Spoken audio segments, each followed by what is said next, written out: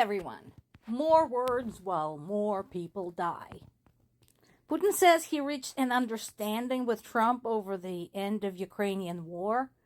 That is very Jane Austen. When you have an understanding with somebody in a Jane Austen novel, it means you're engaged to be married. So, yeah, I can see that. They certainly love each other enough, you know? They deserve each other. Now go live together in Siberia and spare the rest of us. But honestly, this means nothing. And I mentioned before, and I'm not the only one who mentioned this before, is that any agreements pertaining to Ukraine without Ukraine's participation are meaningless.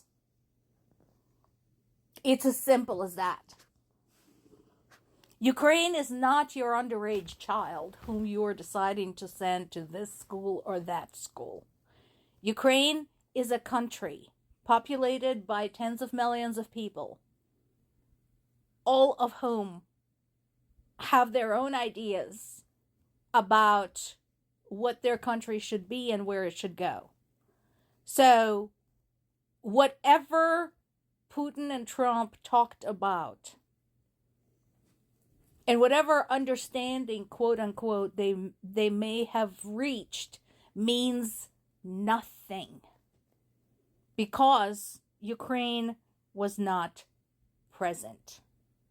And of course, Putin continues his line of lies saying that it's everyone else's fault that he invaded Ukraine. By the way, had anyone noticed that Russia as a country has become like an abusive boyfriend, or like that clingy guy at the bar who keeps following you and gets upset if you tell him you're not interested? Because back in 1991, Ukraine said, sorry, we're not interested. And Russia kept pestering, are you sure? Yes, I'm sure. No, seriously, not interested. Go away. Not interested. Not interested. Not interested. Finally, in 2013, 2014, you were my done, is that moment where you turn around on that guy and punch him in the head. And then he attacks you and then says, see what you made me do. That is exactly it. That is Russia. Nobody was dragging Ukraine anywhere. And that's another very indicative part of Putin's rhetoric. You see, his own people are so brainwashed. If there were a revolution today in Russia, Putin would say somebody else put them up to it. And I told you before, it's a very popular bit of rhetoric among Russians on social media, accusing Ukrainians of not showing up in Moscow and organizing a Maidan-like revolution for Russia before they did it for Ukraine. I am not joking. I wish I was. It really is that perverse. So, but here's what is so remarkable. He insists that somebody else put Ukraine up to finally overthrowing pro-Russian leader Yanukovych and having a revolution. It doesn't even compute for him that people of a country can decide on their own, enough is enough, and decide their own destiny and organize their own revolution. And the evidence is staring them in the face. Think about it. Had they really been put up to this by NATO, would people have died at Maidan? Did you know over 100 people died at Maidan because Yanukovych unleashed his elite security troops against unarmed civilians? Did you know that? If NATO was behind this, would they have allowed that? Would they have allowed people to sit in a square outside, burning bonfires in fucking February? And February is very cold in Ukraine. I know, because I was born in February and my birthday was in February every single year. It is cold. Would anybody supporting this or putting Ukraine up to this have allowed this? If NATO was behind this, would they have allowed the subsequent annexation of Crimea and incursion of Russian militants into the Donetsk and Luhansk regions? Use your fucking brain. Moreover, if NATO or EU or anyone else was behind this, would they have allowed the hostilities in Donetsk and Luhansk to drag on for 8 years and then for Russia to come rolling in? No. Or for this war to continue for 3.5 years with Ukrainian casualties, including the elderly, the disabled, the children? No. Ukraine decided this on their own. They've had enough of Russian interference. They're not interested anymore. If it's hard for you to understand how somebody can decide, no, I've had enough. Maybe you've never been in an abusive relationship. And make no mistake, the relationship between Russia and Ukraine has been abusive on Russia's part for a very long time. We're talking centuries.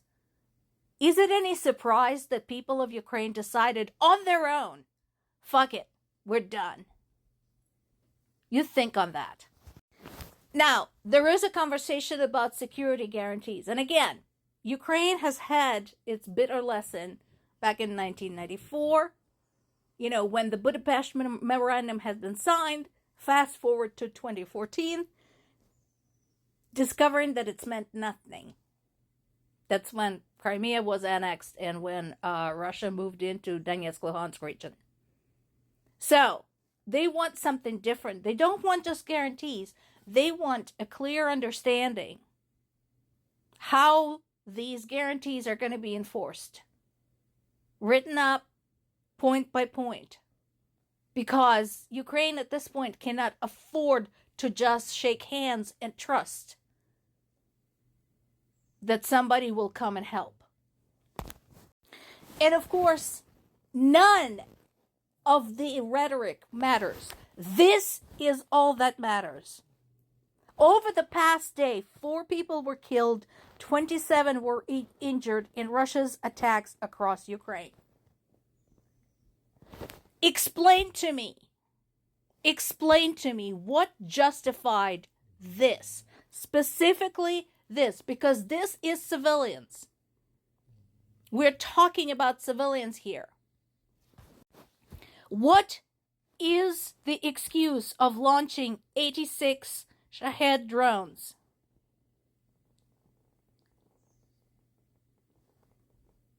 Explain to me.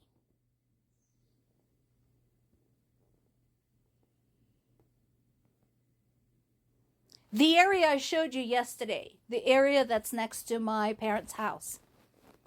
So my parents almost got killed 2 days ago. They were 15 minutes walk from the area where the 7 rockets had struck. There is nothing there.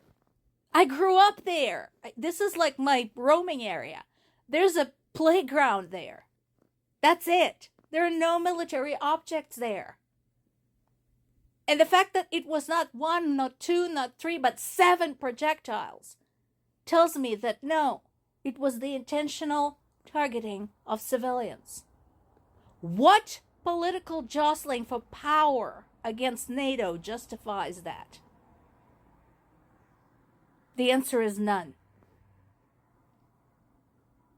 If Putin is so worried, he could at least show some goodwill by no longer murdering Ukrainian civilians, but he's not. Because so far he's been allowed to get away with it. And he will continue murdering Ukrainian civilians, including children, as long as nobody's willing to use brute force against him except Ukraine. More to come.